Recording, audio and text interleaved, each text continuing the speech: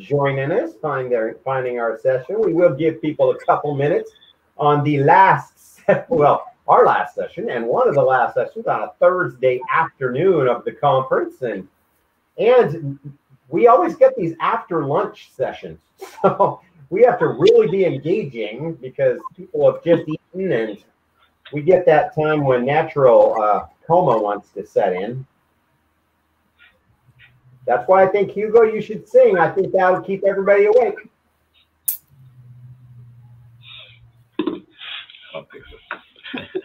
Good pressure. He's like, I'm not even going to honor this with a response anymore.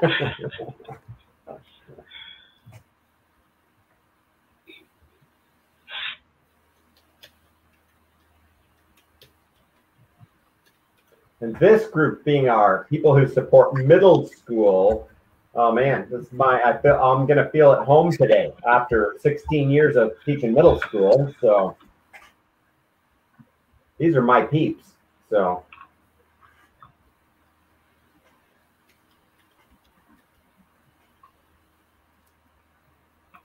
and we'll give people just a couple minutes before we get underway today.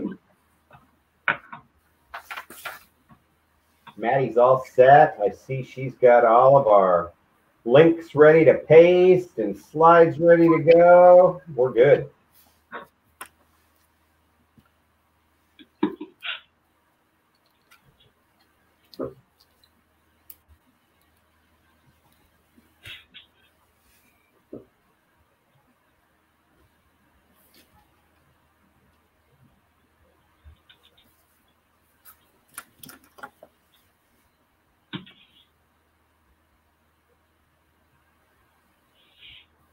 We'll give people about 1 more minute and we'll dive in.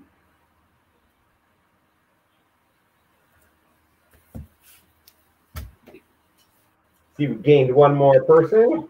Hi, Greg. Thanks for joining us.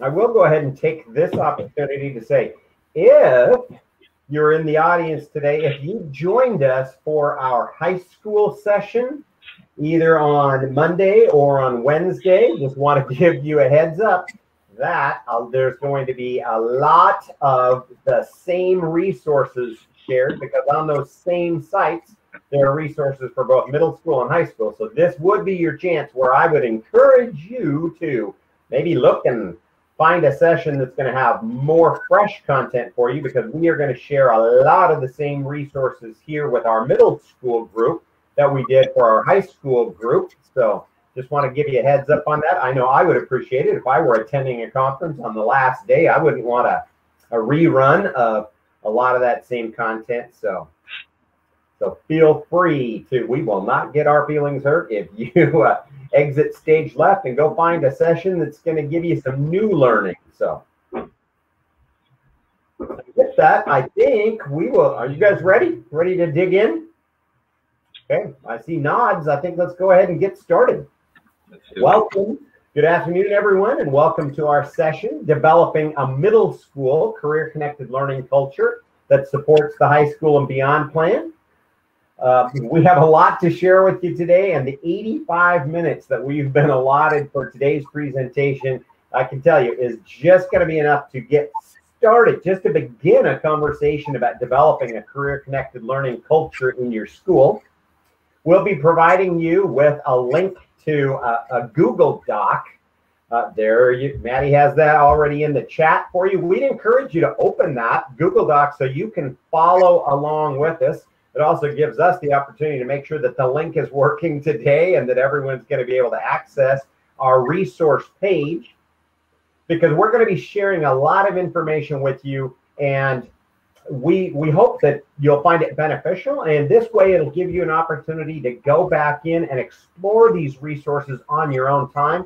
We hope that this sheet, this Google Doc, will be a great one-stop shop for you for all things career-connected learning, and really supporting both those students who are looking at a skills-based path or an academic path as they look at consider their future. So we've got our Google Doc here. At the end of the Google Doc, oftentimes we have people say, hey, are you going to share your slide deck? Yep, there's a link to our slide deck in the Google Doc with our contact information. So I just want to say that right up front. After today's conversation, if you have questions or anything, all three of us, we encourage you to reach out to us. We're happy to provide any support we can and to share information. And we hope that that goes both ways. As you have new information, we hope that you'll think of us and share that information with us as well. I think with that, we're going to go ahead and we'll do introductions. My name is Mark Cheney, and it's my privilege to serve as the co-director of the South Central Washington STEM Network here in Yakima, as well as the co-director of the Career Connect Washington Regional Network. And I'm joined by just two of our STEM team members at ESD 105, and I'm going to let them introduce themselves. Hello, everyone. My name is Hugo Moreno, and I serve as the co-director of the South Central STEM Network and the Career Connect Washington Regional Network at ESD 105. Thank you for joining us today. Good afternoon. My name is Shelley O'Neill. I am honored to work with an outstanding South Central Washington STEM Network team as the Career Connected Learning Coordinator for the ESD 105 region. We pay her to say those things, by the way. We'll catch you later, Shelley. Before we dive into, and Maddie, you can go ahead and advance the slide. Before we dive into the content of today's presentation, I'd like to acknowledge that wherever you are, you're joining us from the traditional lands of the First Peoples of Washington State. This afternoon, here in Selah, Washington, I'm joining you from, or coming to you from the traditional lands of the Confederated Tribes of the Yakima Nation. There are many people, families, and communities, past and present, who represent tribal nations. It's our privilege to honor with gratitude the land itself and the people and contributions of Washington's First Nations. As we frame today's conversation, as we dive into a conversation and a session around career-connected learning, as a STEM network, our career-connected learning journey has been influenced by a number of key individuals. And one of those individuals is Dr. Kevin Fleming. And a book that I would highly suggest that you get, great read, fantastic resource, Dr. Kevin Fleming's book, Redefining the Goal. And in his book, there are a number of resources, one being our highest paid game. And Hugo is going to introduce that. Thanks, Mark. So to help frame our conversation today, as Mark said, we'd like to start with a game called The Highest Paid Game. It's from Kevin Fleming's book, Redefining the Goal, Success, the True Path to Career Readiness in the 21st Century. In this game, we'll ask you to rank the following occupations from highest to lowest based on income or earnings. We will do this using the Poll Everywhere link that Maddie has dropped into the chat. We'll see our live results pop up there on the screen as people begin to move those occupations up and down. If you could please list them from, like I said, high to low with the highest at the top. After clicking the link, you'll be asked to enter your name. We don't really need to capture your name there. You can be creative, use one of your favorite Walt Disney characters if you'd like. And then once you've accessed the poll, like I said, please rank in order the 10 occupations. There's a toggle button on the left-hand side where you can move the occupations up or down. We'll give everyone a few minutes to complete your responses here. If you have any issues with the survey or any questions, feel free to drop in a question to the chat. Hugo, are you going to talk to them about how they move things up and down within the poll? Yes, there's an option on the left-hand side of the occupations listed where it gives you an arrow to either move it up or down.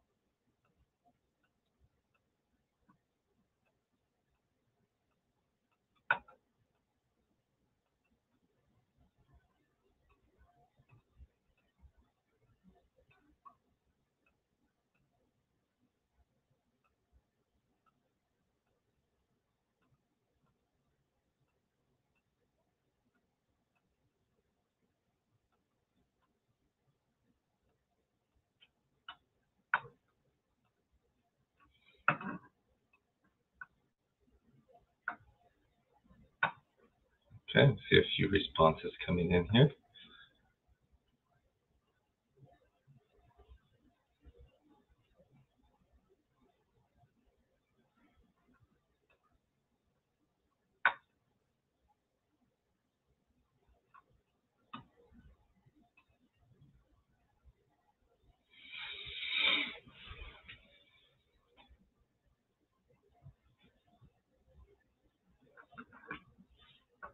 We'll give everyone another minute here before we move on.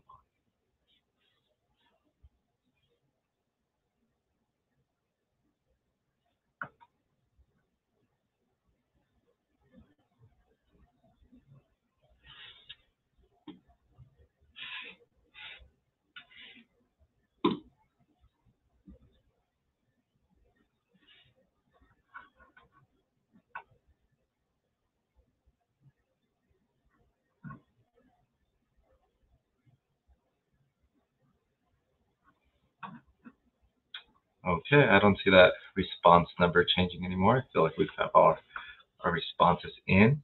So, Maddie, can you move to the next slide, please? So I appreciate everybody's response. Hang on, Hugo, it's freezing. So go ahead and talk, and I'll get it changed over as soon as it freezes. No worries. That helps me explain my rationale for including this game. So the reason we wanted to include this game here is just to highlight different occupations and earnings, and really just at a first glance, we wanted everybody to rank the occupations just to see where we thought these were at. They all have a different education level required. Oh, thank you, Maddie. Here are the correct responses. So based on what we saw from the poll responses, it's pretty consistent. Air traffic controller was #1, just as it is here. But as we can see, there are a number of jobs here listed that can lead to a family wage job. And as we look at the hourly wage in education, one of the things that was surprising for us is that education level does not necessarily mean an increase in earnings. And so we wanted to highlight this because, as you can see, there's a wide variation in educational attainment and career pathways amongst occupations. However, all the occupations listed and about 70% of the jobs in Washington State require a post-secondary credential. And this is what we really wanted to focus on, and what a lot of our work is really, our #1 priority is around making sure that our students are going into those jobs that are going to have a family wage job and need and demand. And as we've learned from the data, the majority of jobs in Washington State will require a post-secondary degree. Creating, expanding, supporting the development of career-connected learning and career and technical education programs guided by data and labor market information is crucial to the work of the STEM network. We believe in creating multiple pathways to success for our students. We do this by analyzing labor market needs to understand what the in-demand and family wage jobs are in our region, and how to guide our students into selecting the appropriate post-secondary pathway for them. And this, of course, is going to be based on each individual student's interests, learning styles, and skills. I will now turn it over to Mark, who will introduce a video from Kevin Fleming with some data and strategies to help our students with their career and college readiness. Sure, if I can get the microphone button to work here again. So, as a STEM network, as Hugo shared, our journey into career-connected learning really began about 7 years ago, when at a STEM network directors meeting, data was shared with us that there was going to be 750,000 new jobs in Washington State by the year 2021. And here we are. And sure enough, that prediction proved absolutely correct. And we have a number of those jobs that have been generated and are still open here in the state. One of the things we found was that a significant number of those 750,000 jobs would require STEM literacy. So it was that connection with career-connected learning and our STEM network, and it's where our worlds came together. With this data driving our work, we began researching what it would take for students in South Central Washington to be prepared for and to move seamlessly from their K-12 education into these high-demand family wage STEM jobs. What industry sectors would these jobs be in? What type of degree or credential would the students need to have to be positioned for these jobs? Where would the jobs be located? And as I shared earlier, these questions and so many more led us to the research by Dr. Kevin Fleming.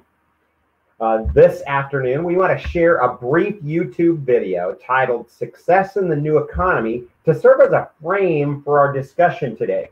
And the video is going to come at you really fast. And so we've included the YouTube link on your Google Doc so that you can go back at your own convenience and in your own time, watch the video and share it with those at your building, your team, or even just your family. Maddie?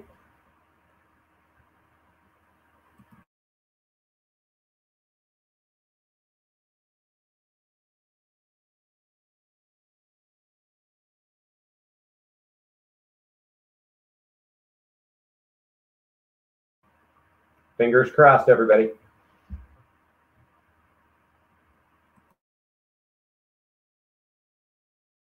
Well, the data is there sound, Mark?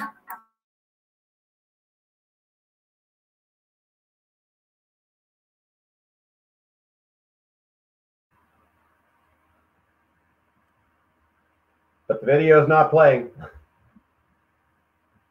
Has fueled a college for all. Mark, is it no sound, or you can't see the video at all? Can't see the video, and the sound was really echoey. Maybe Darcy in the background. I mean, she was able to pull that up yesterday for us, and it worked beautifully. Darcy, okay. Can you help us with that? Hang tight. Let me try something else, Mark, before Darcy hops in. Okay, great. I heard what you did there. Before Darcy hops in. Yeah.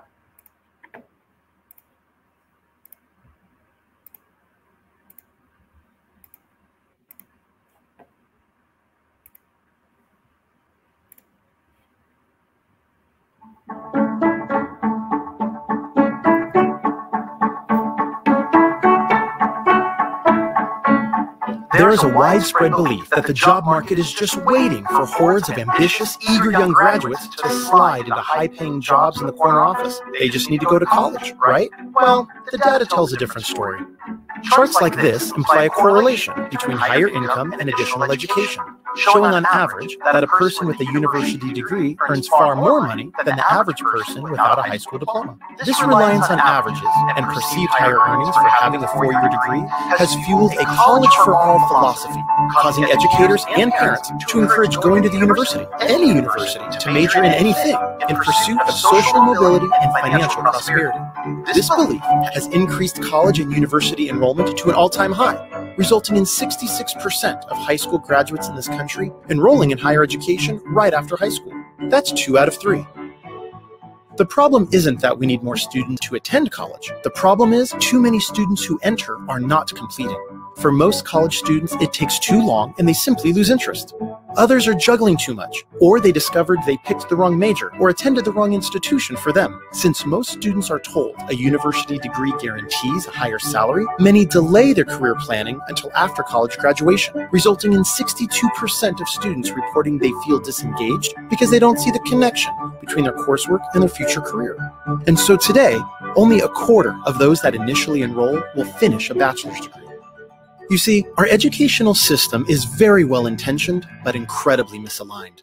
The pendulum has swung too far towards college preparation at any cost and away from skill attainment.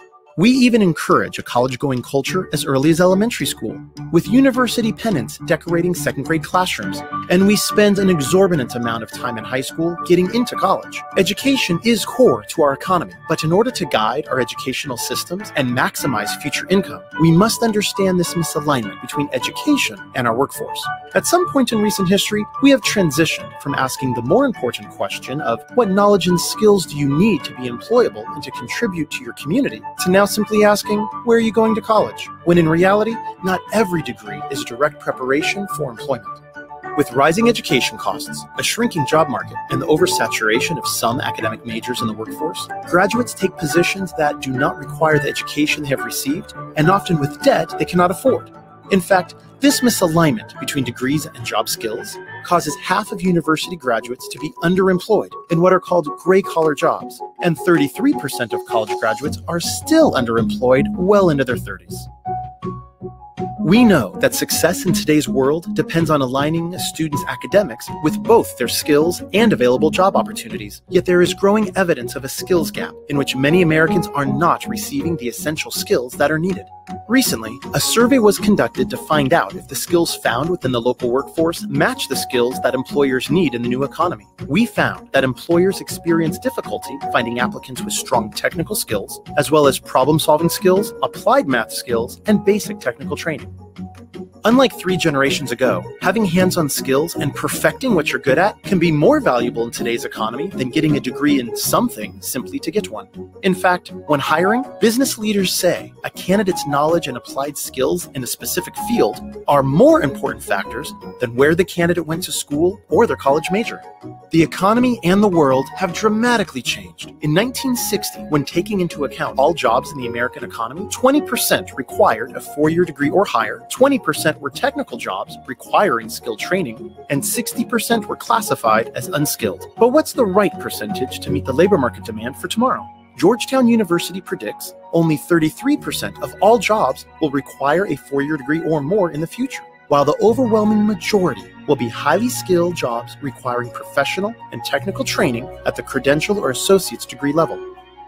The true ratio of jobs in our economy is 1 to 7. For every occupation that requires a master's degree or more, approximately 2 professional jobs require a university degree, and there are over half a dozen jobs requiring a 1-year certificate or 2-year degree. And each of these technicians are in very high-skilled areas that are in great demand. So while most jobs in the future will require some education and training beyond high school, the majority of occupations will not require a bachelor's degree or more. It was the same in 1960, the same in 2000, and will be the same in 2040.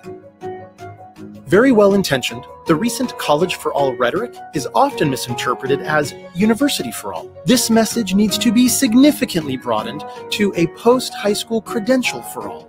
Students at various educational levels have left school without essential skills, setting up our children for failure, costing them and taxpayers millions, all while the labor market is desperate for highly trained, skilled technicians.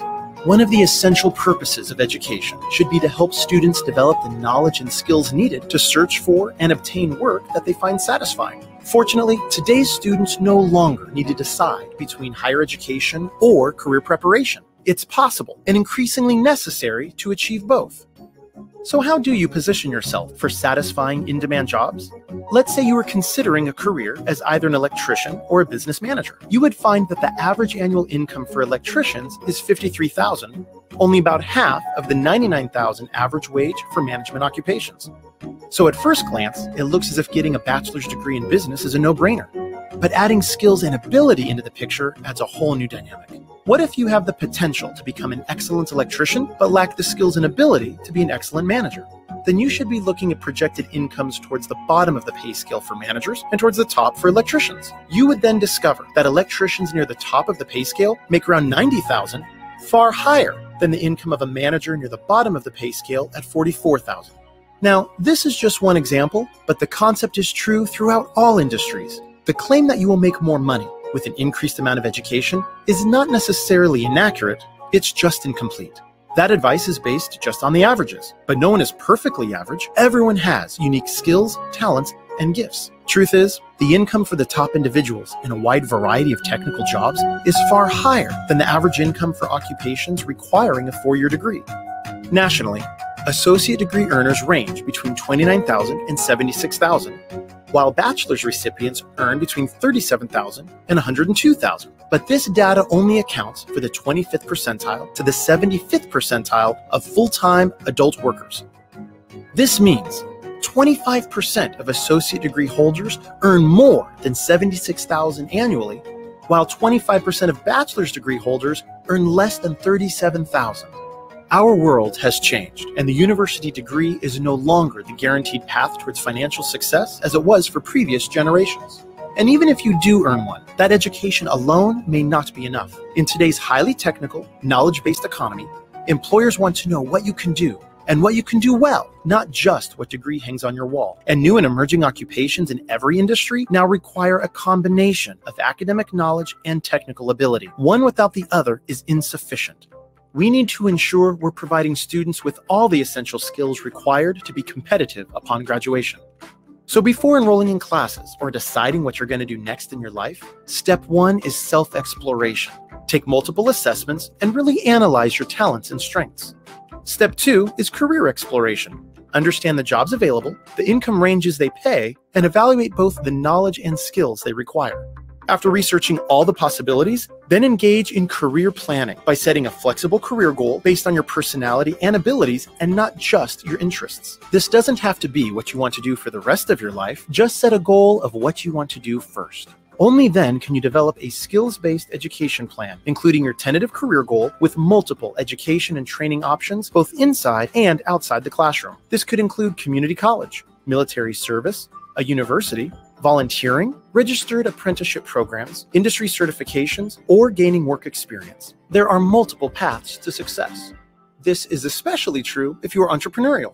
77% of students want to be their own boss, and creating good jobs while rebuilding America's middle class hinges on the success of small businesses and startups. The new secret to success is to create ample opportunities to explore and hone one's skills and to choose an initial career aligned with who you are. This alignment will help ensure one's position at the top of each pay scale.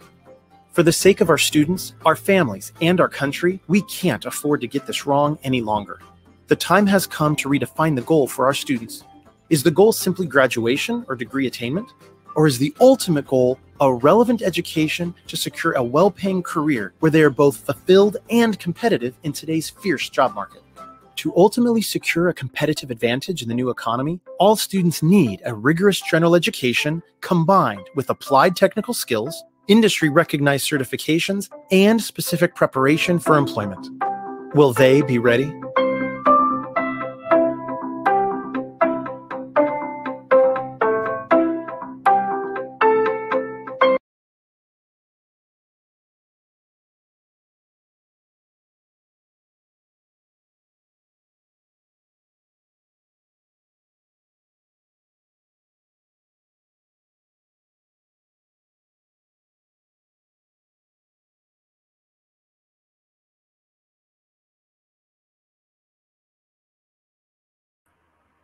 You're on, Hugo.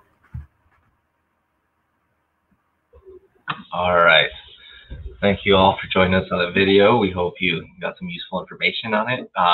In order to capture some just quick reactions and reflections on the information shared by Kevin Fleming, we created a Jamboard using the link that'll be dropped into the chat. We'd love to hear your guys' responses, your reflections, your quick, just what were those initial reactions to some of the information shared. Within the Jamboard, there's 3 different prompts on 3 different boards. Feel free to drop in your thoughts there. If you haven't used Jamboard before, you can either use a sticky note, a text box, whatever you'd like to drop in your comments there. Or if it's easier for you, feel free to drop in your thoughts into the chat as well. We'll give everybody a few minutes to do that before we bring everyone back. And if you're using Jamboard for the first time, you'll also find at the very top of the Jamboard where you can scroll to the 3 different Jamboards that Hugo has prepared there. So if you're a new person to Jamboard, on the left-hand side, you can grab a sticky note, whatever, to put your response. Top of the page, toggle to the different pages. How long do they have, Hugo? 5 minutes? Yes, 5 minutes we set aside.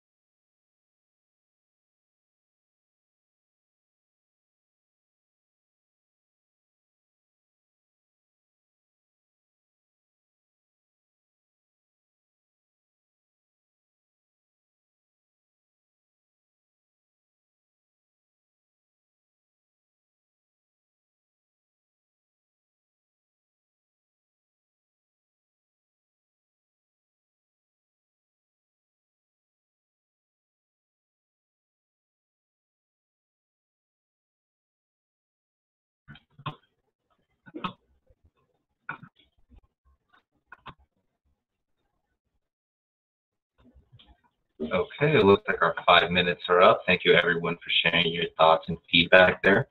We had a lot of similar thoughts around just the number of jobs that pay a family wage job but don't require necessarily a 4-year degree, the distribution of jobs there amongst the different educational attainments.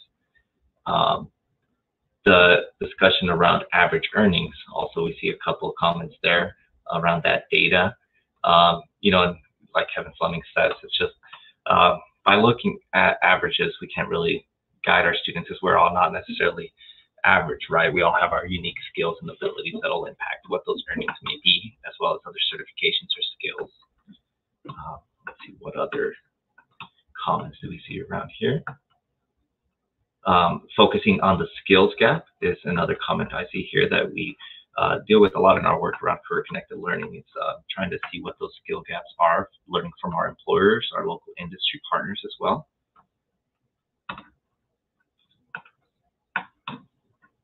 Looking through a couple more responses here. And in the chat, it looks like we have some thoughts around the concern around the focus on skills in STEM and neglecting the soft skills learned to the humanities. And I think part of what the video is hoping to accomplish is for us to realize it's a combination of both, right? It's not just a degree, it's all those skills together to help prep our students for the workforce. So it's a little bit of all that built in. So thank you all for your responses. Really interesting thoughts and feedback on this. And there were a number of you talked about advising students. Wow, this information and how it impacts the advice that we give students when they are working on their high school and beyond plan, and when they're doing initial career exploration and thinking about their future. At the STEM Network, I wanted to put our mission. We have our mission and vision statement. And the mission of the South Central Washington STEM Network is to build a region-wide network of stakeholders that collaborate to ensure that all community members have access to a high-quality STEM education. And I'm going to stop right there. In the first number of years, we began our STEM network 12 years ago. And in the first 5 years, we were very focused on a high-quality STEM education for all students of South Central Washington. Recognizing the fact that if they had a high-quality STEM education, that should position them for a good STEM career. But once we began looking at real data around what are our students, what degrees are our students pursuing, and what is their post-secondary completion data look like, we realized, wow, we really need to look more closely at how we're advising students. And so our board added the second part. So not just about a high quality STEM education, and career-connected learning opportunities resulting in an interest-driven career path that leads to an in-demand family wage job and the economic vitality for our region. As we think about the advising that we do with students, and starting all the way down, and I know our audience today is middle school, and that's where the high school and beyond plan begins, and research is clear that is when a great number of students are making their choices around the career path that they're going to pursue. We used to always think it was high school. No, the latest data is telling us by 7th grade, a high number of our students have made that choice around the direction they want to go with their careers. And we want to make sure that that decision that they're making is really informed by data. And so with that, we have a number of resources that we want to share with you so that as you're advising students and you're helping them with that first go at their high school and beyond plan in middle school, that you have some great resources to really inform students thinking about those career choices so that the paths they're selecting are truly in demand and it truly does lead to a family wage job. And Hugo's going to share some of our favorite resources, data resources around in-demand family wage. Thanks, Mark. Yeah, so after watching the video, we may be asking ourselves, how are students in our district faring as far as post-secondary credential attainment? How are they doing in completing that degree or that pathway once they leave our school district, right? And what are some of those tools that we can use to guide our students to in-demand and family wage jobs? So I'm just going to share a few of our favorite resources here that we use in order to gauge some of that data and that information. First off, we have the ERDC, which is the Washington State Education Research and Data Center. The ERDC compiles data about students as they move through school to the workforce. It transforms this data into insights that inform decision-making of legislators, parents, and education providers. The ERDC works with partner agencies to develop powerful analysis of learning that can improve student outcomes. Their website also contains a number of useful data dashboards, which include a high school graduate outcome dashboard. This dashboard measures the first-year enrollment in a post-secondary institution at some point in the academic year following graduation, so we can see how many of our students in our district or high school are enrolling in post-secondary institutions. We have an enrollment by institution dashboard, which will show you where those students are attending, what institutions within the state of Washington. They also have a post-secondary completion dashboard. This dashboard measures post-secondary completion for students who have entered a degree or certificate pathway. So this allows us to see how many students are successful in completing that degree, how many of our students are struggling with that, and what we can do to maybe help increase that attainment percentage. There's also a earnings dashboard, which allows you to see the earnings from our students after they leave high school. So after they pursue that pathway, what do their earnings look like? This is also sorted and filtered based on educational attainment. So we can see how our students are doing based on what pathway they choose as well. And what's great about this data is it can be disaggregated and broken down into school district, high school, or even some more specific demographic data such as gender, race, or ethnicity. We use this data to help us see, what are some of those areas that we could improve, what are the areas where some of our students are struggling, and what kind of strategies can we implement to help our students increase that post-secondary credential attainment rate. Next, I'd like to touch on ONET Online. ONET Online is a free tool for career exploration and job analysis. It has detailed descriptions of the world of work for use by job seekers, workforce development, and HR professionals, students, researchers, and more. ONET Online is funded by the U.S. Department of Labor, and it is used to help individuals learn about what jobs or industries may be of interest to them. It's great for exploring careers, for getting to know what different jobs entail. It also provides information as far as wages based on where you're living, as well as industry credential requirements or post-secondary credential requirements, such as a 2-year degree or 4-year degree. It allows individuals to take a personal interest survey, which will then match them up to certain industries or occupations that the individual may be interested in.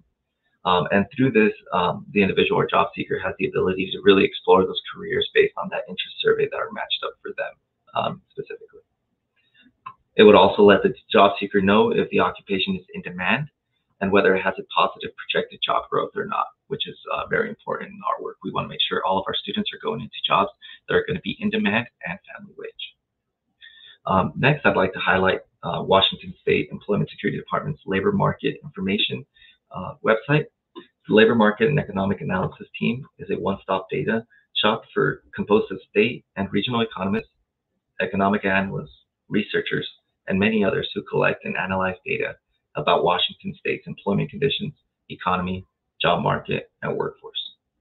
They also host the Learn About an Occupation page, which lets individuals browse through a number of occupations within the state of Washington that includes information on education or training required, projected job growth, and whether the occupation is in demand or not. Within that same website, there is a list called a demand decline list. This is also hosted by Employment Security Department. And this list allows us to see what jobs or occupations are in demand or in decline in specific counties throughout the state. One of the things we learned in our work is that just because a job may be in demand or decline statewide, or you're looking at statewide data, that doesn't necessarily mean that individual counties or in our communities that may be the case. So this allows you to break down that data a little bit more and take a look at what's going on in your own Lastly, I'd like to touch on the MIT Living Wage Calculator. This is how we determine whether a job is family wage or not.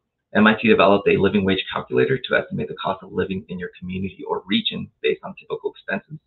The tool helps individuals, communities, and employers determine a local wage rate that will allow residents to meet minimum standards of living. The living wage model is an alternative measure of basic needs. It is a market-based approach that draws upon geographically specific expenditures data related to a family's likely minimum food, childcare, health insurance, housing, transportation, and other basic needs. The living wage draws on these cost elements and the rough effects of income and payroll taxes to determine the minimum employment earnings necessary to meet a family's basic needs while also maintaining self-sufficiency. So like I mentioned earlier, we use this tool to help guide our work in developing programs that will be family wage for our region. What we really like about it is that you can break down the cost of living by county. You can look at any county across the state and really specify for what you want to look at in your community. There's also an option there's various options for family size as well, which allows you to take a look at what those costs may be, depending on the number of children in the house or that sort of thing. So, Maddie, next slide, please.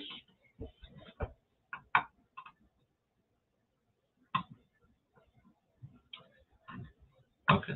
Now I'd like to touch on some of our local partners that we rely on for our career-connected learning work. First of all, the South Central Workforce Council, which is the agency that we work for. We are one of 10 STEM networks across the state that's supported by Washington STEM at the statewide level. It's the organization that serves as a regional network for Career Connected Washington for the region, which Mark will touch on a little bit later. And really, we're tasked with developing and expanding career-connected learning opportunities for students in the South Central Washington region. We combine data and partnerships with education, workforce development, higher education, industry, and community organizations to support growth and equity and career pathway opportunities for our local youth. One of our partners that we work with on this work is the South Central Workforce Development Council. They're the regional organization that administers the Department of Labor's Workforce Innovation and Opportunity Act programs and other job training activities. They also assist local employers in developing a ready workforce and partner with the South Central STEM Network in developing career pathways for youth in our region, as well as developing other career-connected learning activities. One of the ways we do this is by hosting industry roundtables to learn from our business community, from individuals that are in the work, to see what are those skill gaps in their industry and what we need to train our future workforce for. And lastly, the Yakima County Development Association, whose goals are to enhance the income, quality of life, and employment stability of Yakima County residents by retaining, expanding, and recruiting new business and industry. They are a crucial partner in our work by identifying employer needs to inform program development in career and technical education and career-connected learning. They are also able to provide up-to-date labor market data from a platform called JobsEQ. They have a great pulse on the local economy and labor market needs, and we would encourage you to reach out and partner with your local economic development council as well. And like Mark mentioned earlier today, all of these resources are included in your Google Doc with a link to each one of their websites. And now that we have learned about a number of resources to help us identify in-demand and family wage jobs, I'd like to turn it over to Shelley O'Neill, who will share a little bit about resources that can help our students prepare for that post-secondary pathway. And Shelley, if I could jump in before you start there, one of the things Hugo talks about quite a bit is the fact that some of the online pieces, when we go to employment security and we look at some of the in-demand occupations or the demand decline jobs on the Employment Security Department website, there have been times Hugo and I have looked at that data and said, really? I think that's really an in-demand job in Yakima County. And sometimes there is a lag in the data on some of those sites, but that's where, boy, we really encourage you to reach out to your Workforce Development Council for us and the Yakima County Development Council, because the platforms that they use are in real time. They are looking, JobsEQ looks at the number of openings today in Yakima County in these specific occupations. So it gives you data in real time. So we really encourage you not only to check out the links, but also some fantastic partners, and for you to develop a partnership with your WDC and your workforce development folks in your county. Shelley. Perfect. So we have looked at in-demand and family wage jobs, and we've looked at some of the data for our research, but now we want to kind of transition and look at career and college readiness for our middle school students. Career and college readiness refers to the knowledge and skills needed to be successful in post-secondary education, training, and preparing students to navigate the workforce and gain just gainful employment. It's important for our students to determine their career aspirations and then begin to design their educational pathway. And as we have referenced already, in Washington, 70% of all jobs will require a post-secondary credential, combining academic knowledge and technical ability. Middle school is not too early to begin these conversations, and we encourage it by middle school. While looking ahead 4 to 6 years may seem like an eternity to a young student, it is a very important time for exploration and self-discovery and learning why education is important to their future. So today, the first place we begin is with the High School and Beyond Plan. And why is this critical in a student's career pathway? As we know, the High School and Beyond Plan is used to guide a student's middle school and high school experience in preparation for graduation. It allows them to navigate their post-secondary aspirations. The High School and Beyond Plan revolves around 3 questions. Who am I? What can I become? And how do I become that? And the High School and Beyond Plan, as a graduation requirement now, helps the students get the most out of high school and to think about their future. Now, while a lot of our schools, especially in high school, will be using that High School and Beyond Plan, we know now that it has come down all the way into junior high and then middle school as well.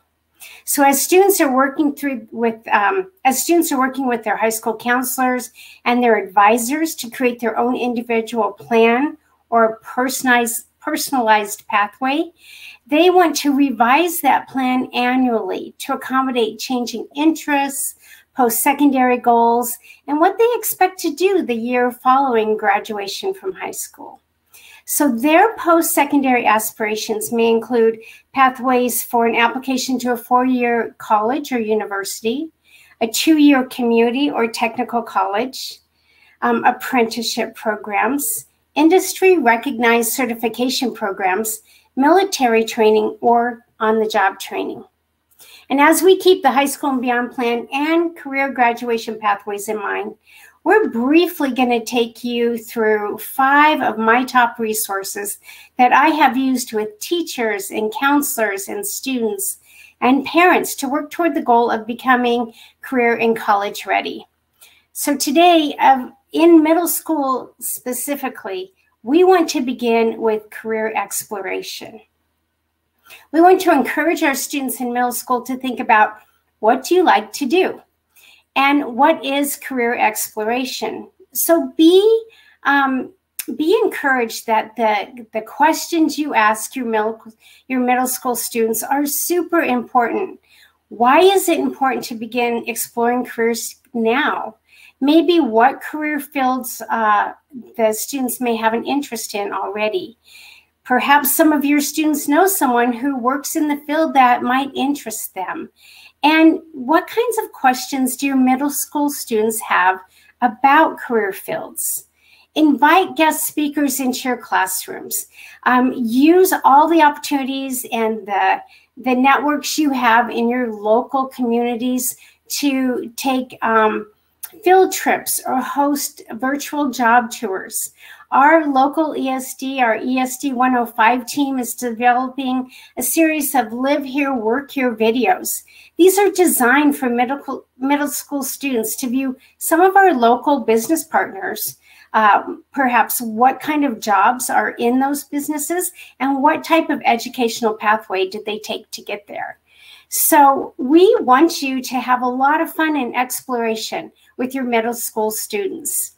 This afternoon, with my first resource, I want to invite you to Washington Career Bridge. This is a top resource for middle school and high school students. And it's a vital resource for students to examine various career fields and then create a pathway. Washington Career Bridge will go through the 16 career clusters. And I just want to hold up, this is a printed workbook that you can actually order. All of their materials are either digital or they can be in print form. But for middle school specifically, I love the workbook that you can actually take your students through. And it does more than just what they can gain on the digital format. So you can explore careers with your students. Students will simply take a 20-minute, maybe 25-minute interest survey. I encourage you to have them create a username and a password because we want them to use this resource time and time again and over the years because we know their interests will vary throughout the years. So first they begin by exploring careers, and they're going to see how their interests and their talents align in the career cluster. In Washington, we recognize 16 career clusters.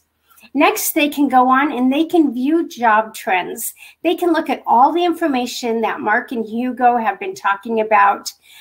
They'll see if a career is growing and how much it may pay, and if it reflects an in-demand job. Next, they can find education. They can search nearly 6,000 educational programs to find locations and costs, whether students got the job, what industries they went to work in, and how much they were paid. They can search by location, job title, and so much more. They can also find ways to pay for school. And while this might be a little preliminary in middle school, we want them to start having those conversations with counselors and their friends and their parents, and just kind of figure out what type, what does school, what kind of school they might need, what kind of credential that they might need, and how much they might need to pay. So we want those conversations to happen now. There are also some fun resources on this website, a self-sufficiency calculator. Of course, now they get all their expenses pretty much paid for by their parents, but it's fun to look at what's the real cost of living where I live. And then they will use the resources of resume and interview and job fairs and an in-demand list. They'll use all of those later. But for right now, let's just have fun exploring. If students are on a pathway to perhaps go right into college, even at middle school, they just know that might be their designated pathway, we're going to look at a resource called Ready, Set, Grad. One of the biggest obstacles that keep students from pursuing a post-secondary degree is that most students and parents don't really know where to begin. And they get overwhelmed quickly and don't realize that there are multiple ways to pursue and finance an education. Ready, Set, Grad is a program that helps ensure every student in Washington State has access to the tools, information, and support they need to graduate high school and make college accessible and affordable. Our research indicates, actually national research indicates, career pathways should begin by 5th grade. So this resource begins with students in middle school as they enter 6th grade, and it will continue through college. There are resources for parents and educators and other ways for students to look at different resource listings, how to pay for college. Now, I will tell you, as you look at this website, it says that it might go down in November. What they're doing is they're actually kind of recreating this website. So please get on and use this information in the fall with some of your middle school students, and then watch just how that information changes. My third resource for you today brings kind of a fun twist to planning, and I love College Board. Now, for middle school students, College Board would be more of a prep resource. So we know that College Board helps students prepare for a successful transition to college through programs and services in college readiness, and through college success through SAT, the Advanced Placement Program. But my fun piece for you today is Big Future.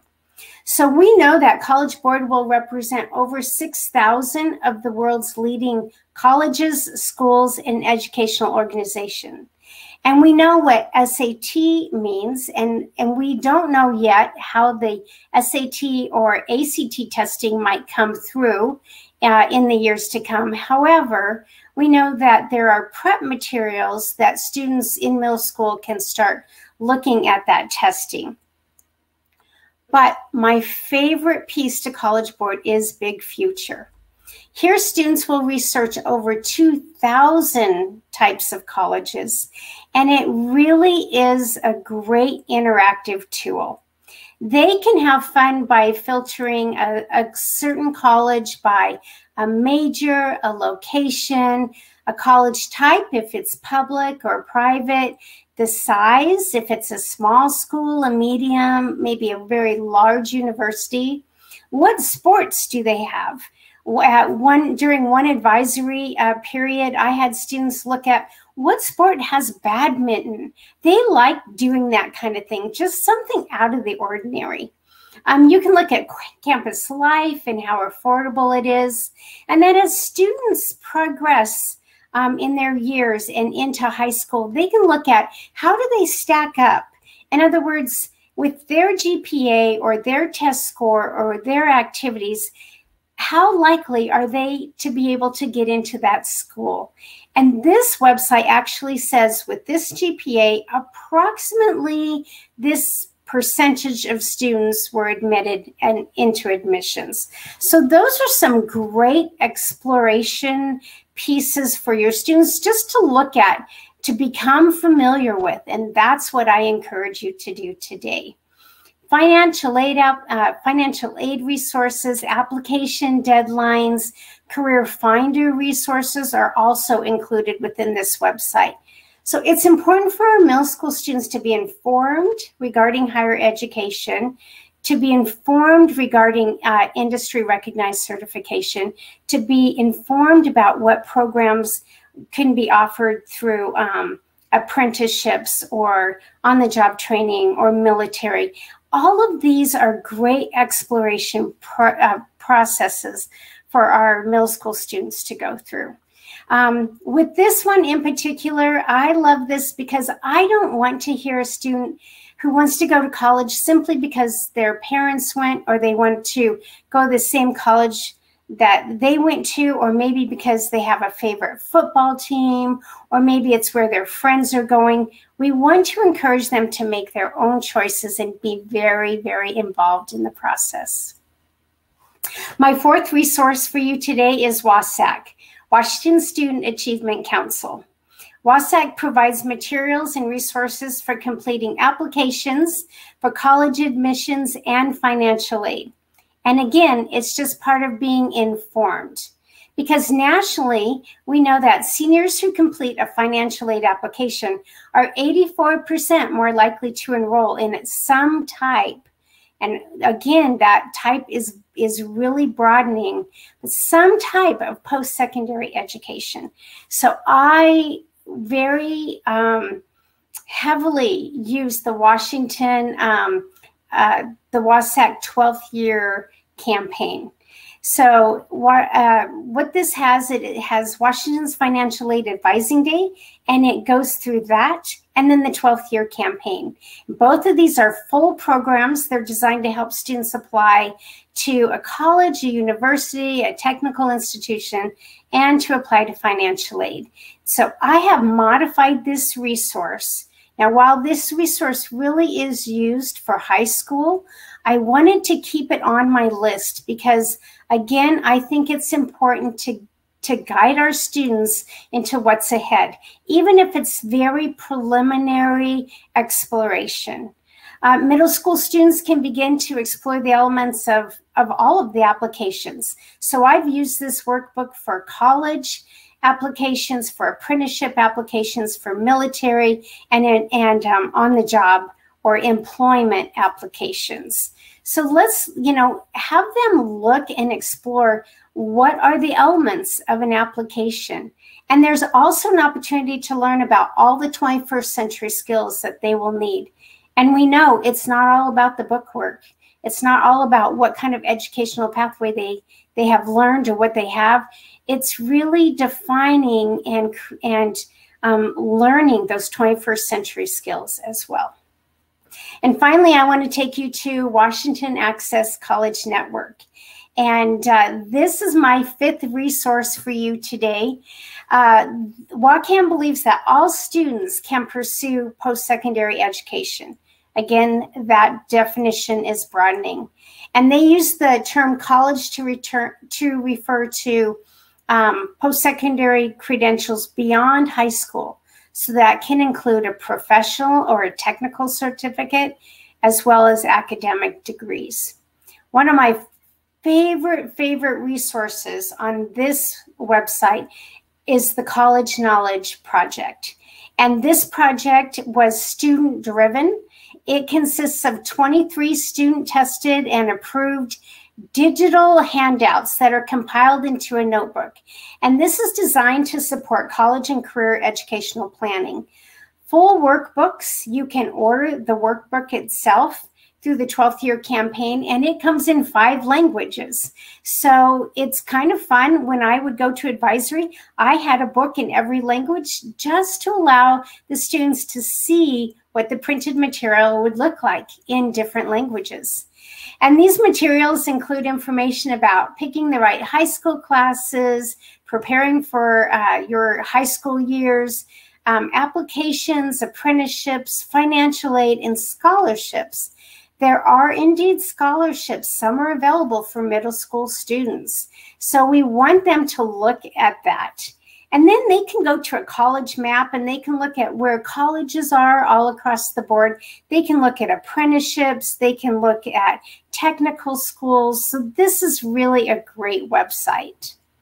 I just want you to know, as I am ending today, it is possible for students to be career and college ready by creating a skills-based educational career plan.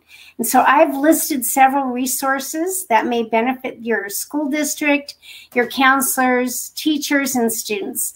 So enjoy exploring these resources in self-exploration, career exploration, and career planning.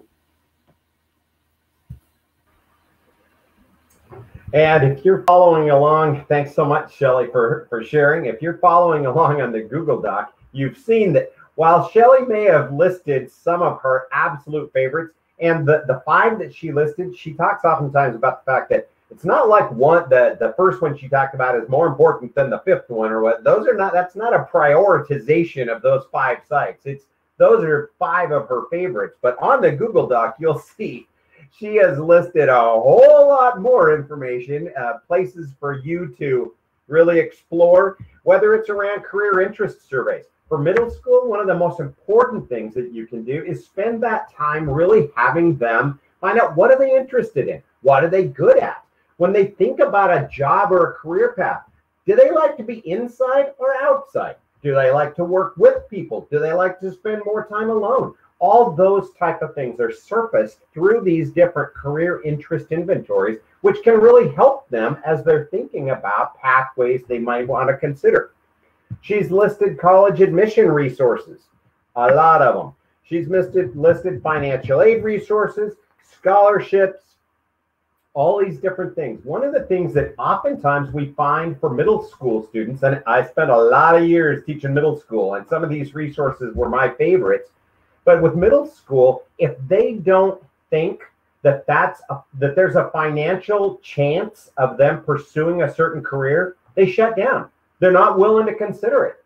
And so if they think they can't afford college, if they think they can't afford, so looking at some of these financial aid resources, scholarships, etc., even at middle school, helps to open their minds to possibilities they never even considered for themselves or for their families, their parents, to think about college or post-secondary education in a totally different way. Many of our students, they may look at a school like Perry Technical Institute in Yakima. They may go to the website and look at the price of the programs there and say, wow, there's no way we could afford that. We now know that many of our students, their financial aid totally covers the program at Perry Technical Institute, or maybe as little as $3,000 out of pocket over the entire program. So helping them look at these things sooner rather than waiting for them to get all the way to college can really open their eyes to programs they never thought about. I'm going to bring us to a little bit of a close today, talking about some other career-connected learning resources statewide. So we're going to talk a little bit about Career Connect Washington, new entity in the state that was funded from 2019 to the present. We're going to talk about our Career Connect Washington regional networks, of which we, as the STEM network, serve as one of those. I'm going to introduce you to the Career Connect Washington directory, talk about some of the resources that the STEM networks around the state provide.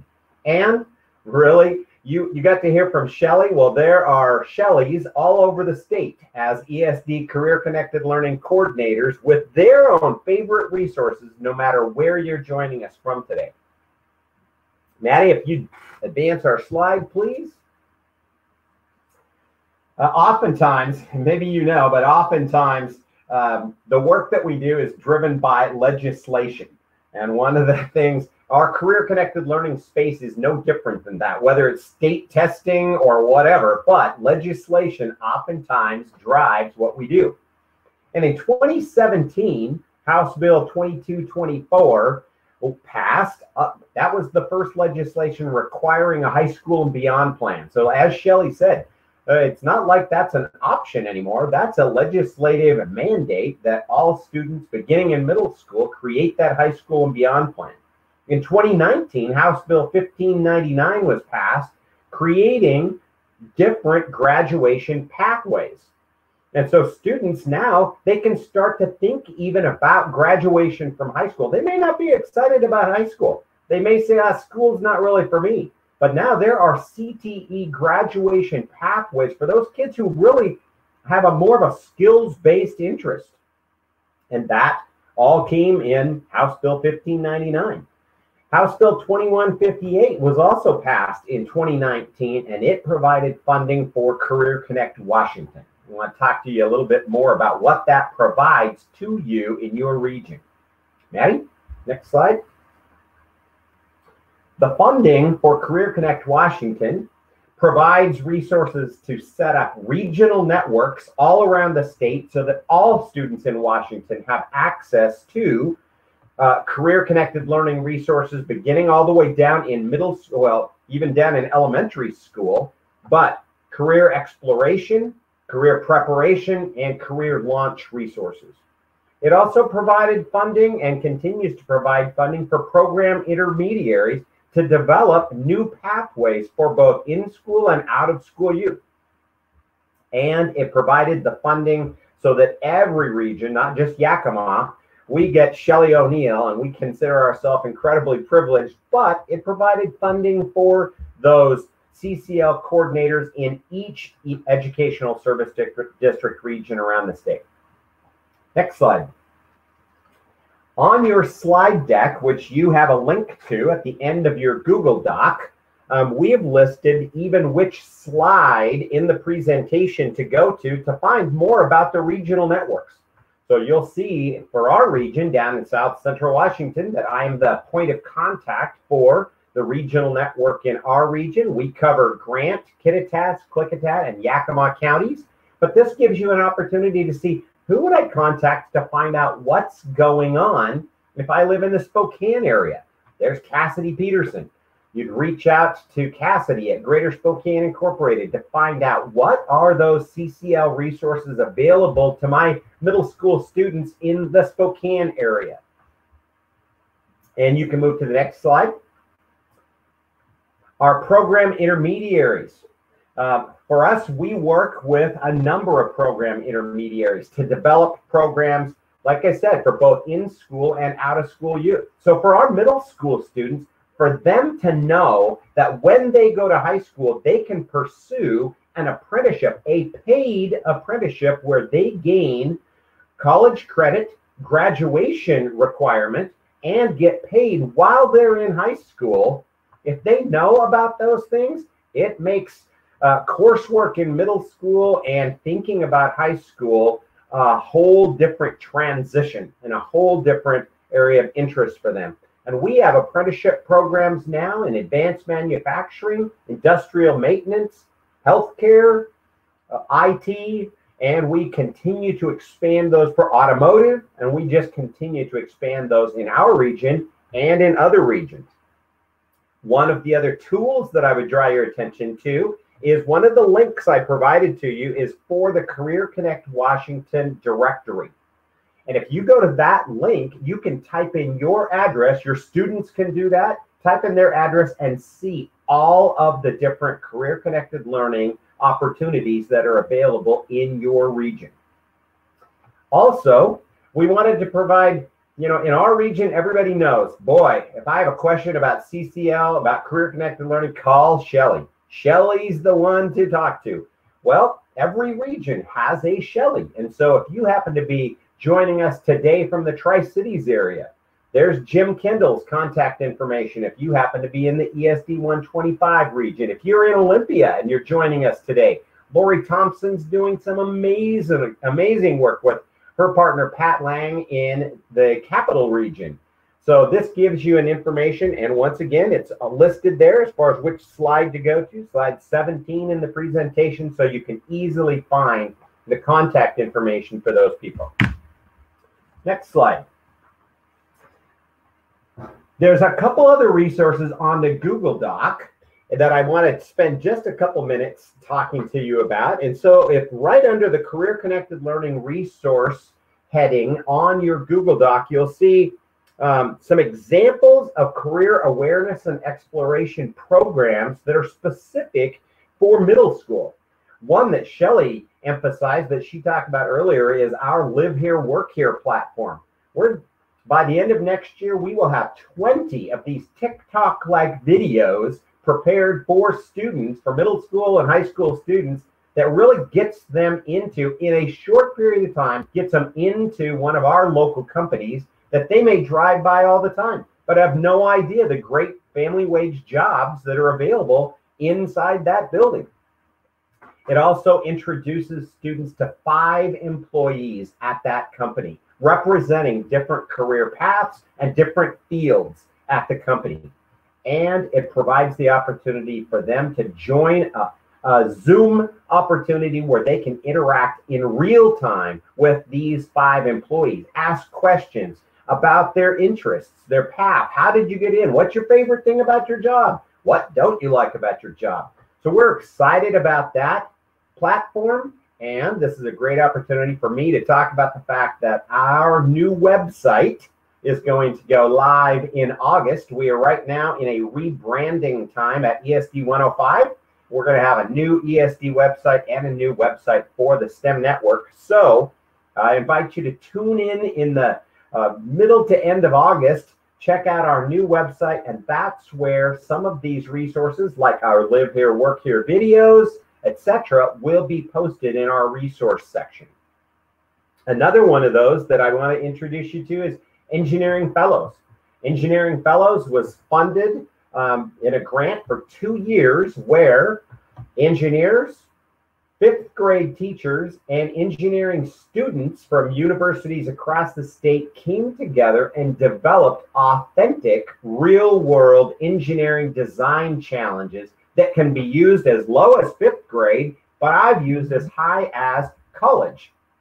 And has the rigor can be adjusted easily, but these were developed by engineers all across the state to really time into the real world work of engineers, all sorts of engineers.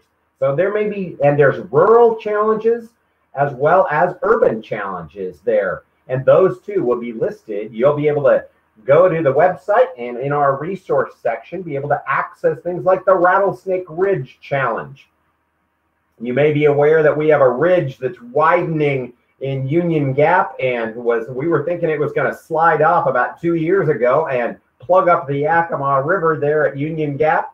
Well, we have a great challenge that our engineers with the Department of Transportation worked with our teachers and students to develop around how are we going to prevent the river from being blocked and transportation to continue in the event that the Rattlesnake Ridge actually slipped off. So there are 20 engineering resource or engineering design challenges that will be listed there. Very appropriate for middle school students. And then one more opportunity specific to middle school is our STEM Like Me program, which is offered across the state by STEM networks all across the state.